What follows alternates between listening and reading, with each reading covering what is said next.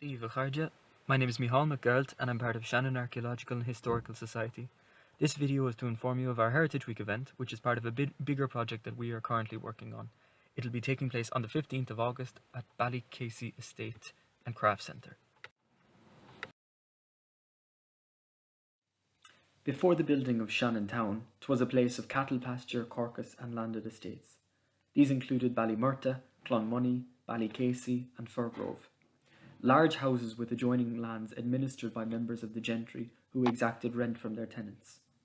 Now, in order to efficiently draw rent from the land, one must know it intimately. Therefore, we're left with a huge amount of deeds, rent lists, and letters with these estates.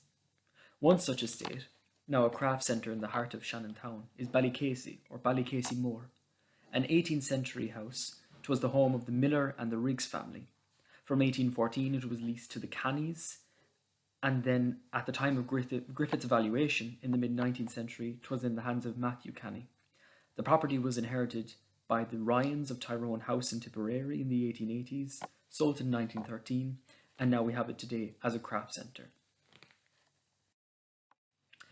So our Heritage Week event, as aforementioned, will be taking place on the 15th of August at 6:30 p.m. It's going to be an easy walk, probably taking around an hour and a half around the estates of Eastern Shannon Town. We'll meet at Ballycasey House and walk through all the estates around there, discussing a field name list, which you can see on the left, which was kindly provided by Sean O'Nolan, who is a member of the Society and of the Brennan family. This is a field name list of the estate, many of which are Irish Gaelic names. We will discuss the proposed translations of these names, the implications that those translations hold, what they tell about the landscape, as well as this inviting the attendees to weigh in on their stories about the area. As well as this, we'll be asking attendees on the walk to help us locate a number of other names from documents which we've been so far unable to source, such as the field name lists as seen on the left from the Ordnance Survey name books in the mid-19th century and the encumbered estates lists. Finally, the talk will include an appreciation of all those who have contributed minor place names to our project so far, and we'll invite those people and locals to tell their stories of the names of Shannon and its environs. As you can see here, a local provided this name on the Ballycasey Moor estate of Toher. As this is an ongoing project, we'd love to get more place names on the night, or at least get people recording in their own time in the future. So thanks very much, that's it from me. Now I'm going to pass you on to my colleague Jake, who in his section of the video will inform about the minor place name collection project as a whole, how you can get involved. So thanks a million. Our event for Heritage Week is of course part of the Shannon Archaeological and Historical Society's wider and ongoing project to collect field names and minor place names, primarily in County Clare. Before going into any other details of the project, some might not be familiar with what constitutes a minor place name. Well, a simple definition I always like to put forward is that they are any place name which is not mapped.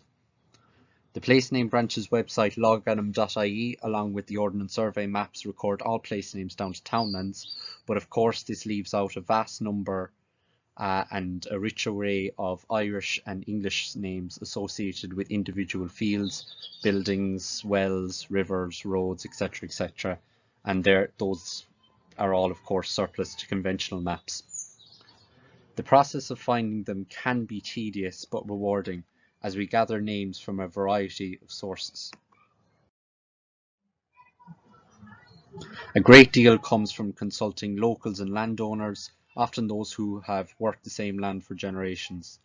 This can be done face to face, walking the countryside with them, or of course with the limits that the COVID-19 pandemic has put onto us. It can be also done through correspondence via mail, asking landowners to write names on maps that we post to them. We also consult and then transcribe the work done by similar projects from the last century. For example, the work of Brendan O'Keevan in West Clare in the 1970s.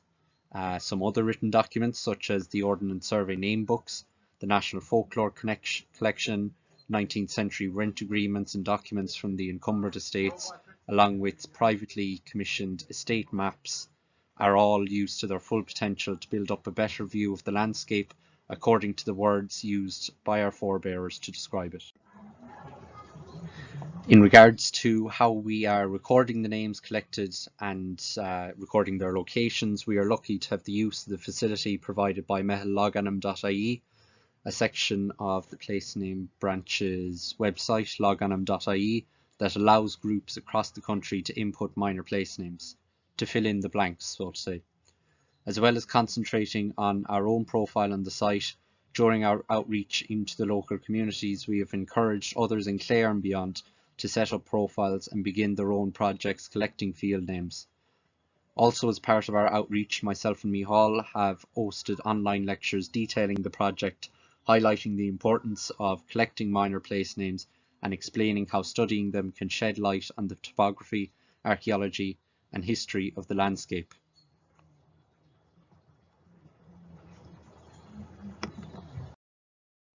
During the course of the project and during the process of presenting our findings to the public, we identified how minor place names often fit into certain genres or categories.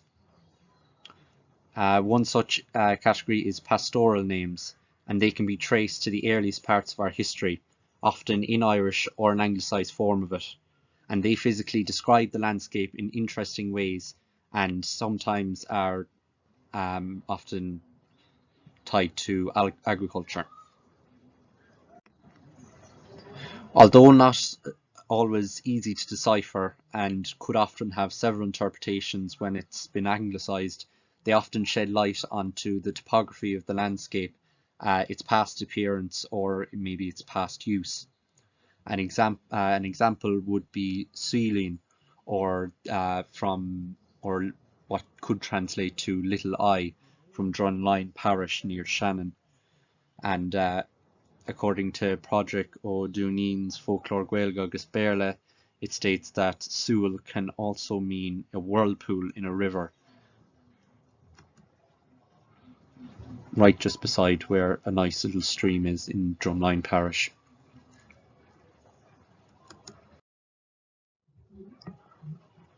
Legendary names or names associated with folklore are also common.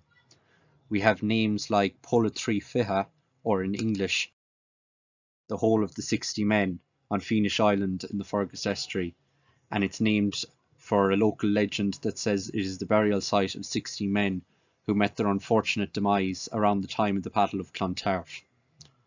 We also have names from the landed estates, where Protestant settlers set about claiming the land granted to them by naming fields and features on their vast estates.